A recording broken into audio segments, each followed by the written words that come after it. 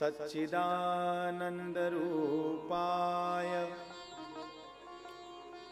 विश्वोत्पत्त्यादिहेतवे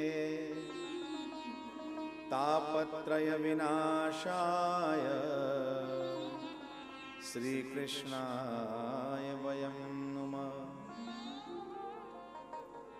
यं प्रव्रजन्तमनुपेतमपेतकृत्यं द्वैपायनो विरहकातरया जुहाव पुत्रेति तन्मयतया तरवो विनेदुस् तं सर्वभूतहृदयं मुनिमानतोऽस्मि।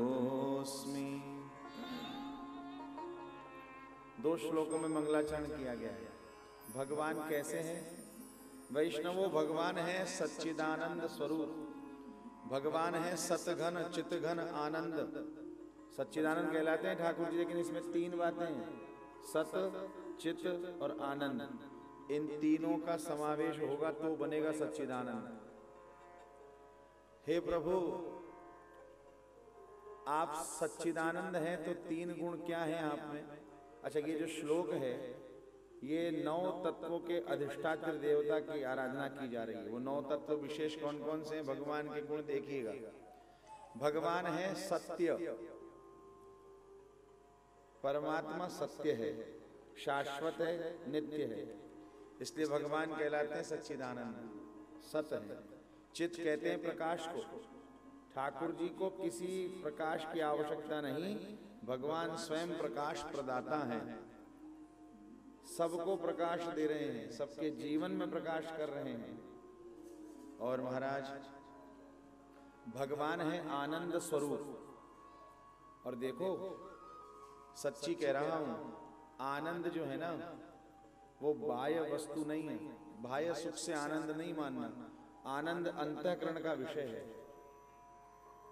बड़े बड़े बहुत अच्छे अच्छे सुख सुविधाओं से संयुक्त भवनों में रह करके भी मनुष्य को वो आनंद नहीं प्राप्त हो सकता जो वन में विचरण करने वाले एक संत महात्मा को प्राप्त हो जाता है। क्योंकि आनंद बाह्य भौतिक वस्तुओं से प्राप्त हो ऐसा नहीं है। वो तो आपकी कामना थी, वो पूरी हो गई तो आपने सोच लिया हम आनंदित हो गए, सुखी हो गए। अरे भाई, भूख लगी और आपको तुरंत घर पहुंचते ही भोजन गरम गरम मिल गया तो ये तो भौतिक सुख की बात थी। आपको भूख लगी, आपको भोजन मिला, आपने किया, आपका पेट भरा, आपने कहा मौज हो गई, आनंद आ गया। लेकिन वास्तविकता में आनंद अंतःकरण का विषय है। इसीलिए आनंद परमात्मा ही है। और देखो, हिंदी साहित्य में, लिटरेचर में आपको सब शब्दों के विलोम मिल जाएंगे। सुख का दुख हो सकता है, लाभ का हानि हो सकता है, जय का पराजय हो सकता है, शुभ का अशुभ हो सकता है, लेकिन आनंद का कोई भी विलोम नहीं है। यह परिपूर्ण शब्द है आनंद। इसीलिए मेरे साथ जल्दी से बोलिएगा। आप और हम सब जब उत्सव होता है तो क्या बोलते हैं? नंद के आनंद भयो। इसलिए आनंद कोई और नहीं है, परमात्मा ही आनंद है, परमात्मा ही आनंद स्वरूप है। इसलिए राम जी का प्राकट्य जब हुआ तो वहां पर आनंद हुआ, परमानंद हुआ और ब्रह्मानंद हुआ, मानस में वर्णन। इसलिए परमात्मा सतघन चितघन आनंद घन है। परम श्रद्धे प्रातः स्मरणीय अनंत श्री संपन्न बक्सर वाले मामा जी कहते थे, सत कहिए जो बिन से नाही, चित चैतन्य सकल घट माही, आनंद घट घट करे आनंदा, ताको नाम सच्चिदानंदा। जिसका कभी नाश ना हो, सत कहिए जो विनशे नाही, जिसका कभी विनाश ना होता हो।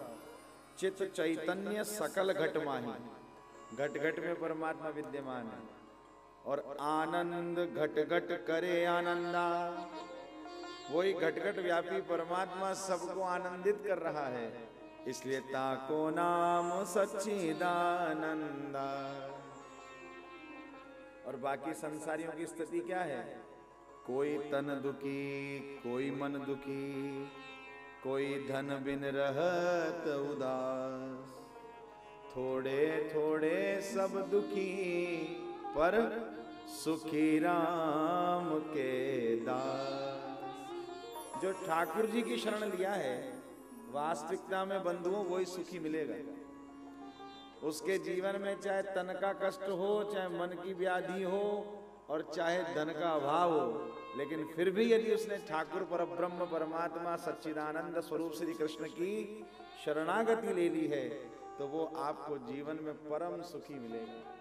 उसके जीवन में अभाव होने पर भी उसको अभाव लगेगा ही नहीं, क्योंकि वो कृष्ण कृपा से सब कुछ मानेगा। विश्वोत्पत्त्यादि हेतवे, विश्व की उत्पत्ति, विश्व का पालन, विश्व का संहार, ये तीनों ही गुण परमात्मा में विद्यमान है। कितने हो गए? 6। सत, चित, आनंद, विश्व की उत्पत्ति, विश्व का पालन और विश्व का संहार। आगे कह रहे हैं तापत्रय विनाशाय, आदि देहिक, आदि भौतिक, आध्यात्मिक, तीनों प्रकार के तापों का उन्मूलन और तीनों प्रकार के तापों की निवृत्ति करने में सक्षम कौन है? परब्रह्म परमात्मा। ऐसे भगवान की हम सब शरण लेते हैं।